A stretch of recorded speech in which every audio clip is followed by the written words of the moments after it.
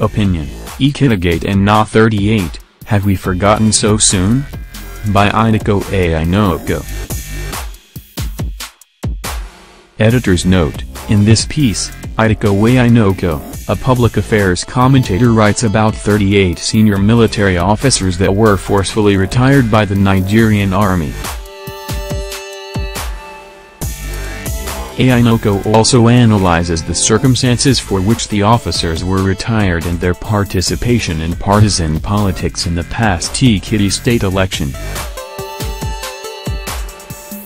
A story is making the rounds about a petition to acting President Professor Yemi Osinbajo on behalf of the 38 senior military officers that were compulsorily retired in June of last year, having been found to be corrupt, partisan or ethnic in the performance of their duty.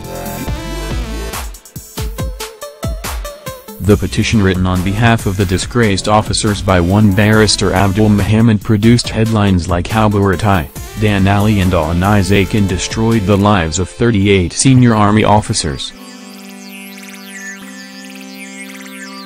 To say the least, the petition is an insult on the intellect of every Nigerian that believes in the country making progress economically and democratically, for it collectively painted us all as persons whose memory do not go beyond the span of 12 months.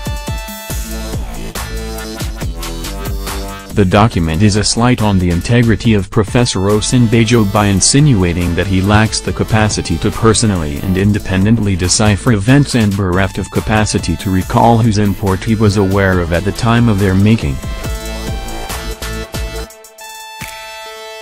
Barrister Abdul Muhammad must have his assumption for wasting productive time in drafting the incoherent petition, and apparently chief among them is misplaced belief that Nigerians have forgotten the knife-edge uncertainty that the actions of some of these officers placed the country upon by their unprofessional act.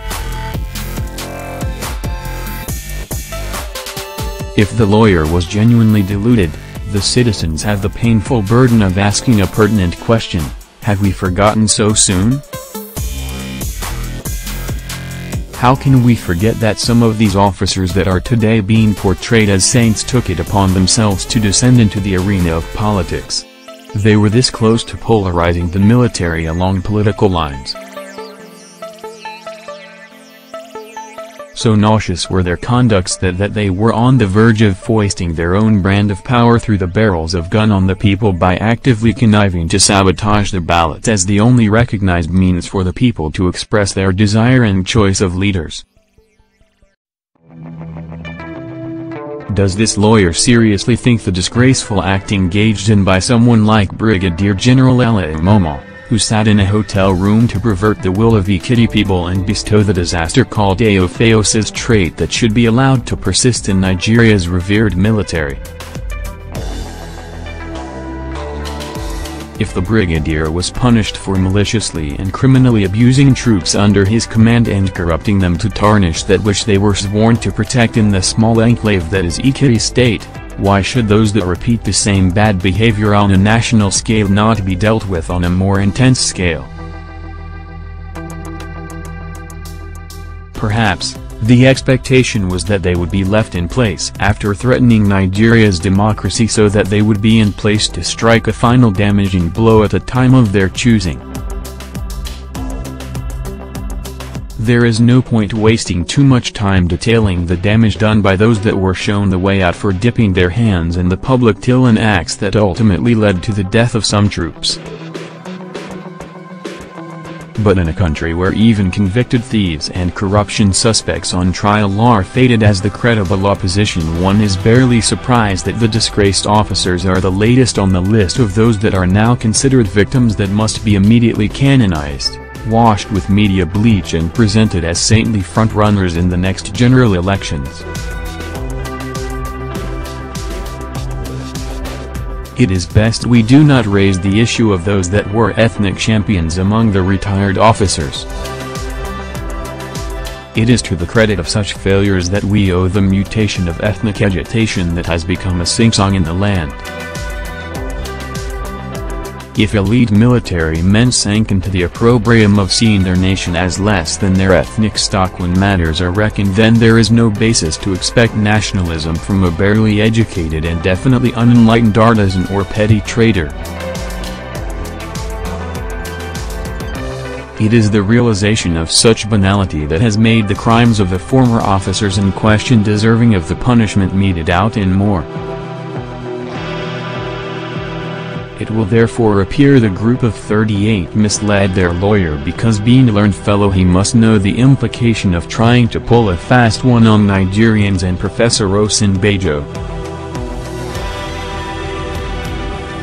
Or is it that the lawyer, going by the address of his chambers in the domain of the former president that was defeated in the polls, was intent on mischief for its face value?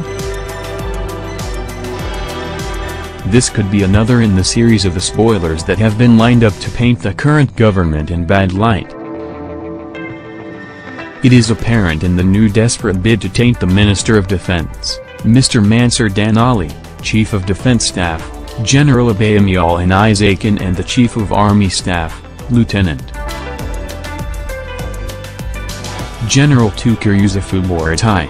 When all the allegations raised in the so-called petition has been disposed of, having been found to be without merit. What could then be the objective of presenting the rehash of the same non-issue to the acting president? Could it be that they think Nigeria has suddenly become tolerant of corruption, or that there is a new approval making political soldiers the toast of the town? Whatever drove them and their wig-for-hire lawyer to submit that petition is irresponsible. More irresponsible, however, is their decision to leak their petition to the media, a copy that bears no mark of acknowledgement to prove the acting president's office received it anyway. The leakage nonetheless betrays the true intent to blackmail Professor Osinbajo into reversing decisions taken to sanitize one of the important institutions in the country, the military. What is reassuring is that the acting president is by now wise to the antics of this gang and will not be taken in for a minute. He must note that these people are the ones planting stories in the media to discredit the military. It is their new stock in trade and is proof that throwing them out of the armed forces was a timely decision that saved the country. Had these political soldiers that have stashed away slush funds as war chest with their ethnic backing not been exposed, God knows they would have overthrown the democratically elected government by now. The acting president must therefore properly read this petition for what it is, and attempt to test the waters and see how easily he could be shaken, a prelude to the attempt they will make to take power from him. We have not forgotten so soon how toxic these characters can be.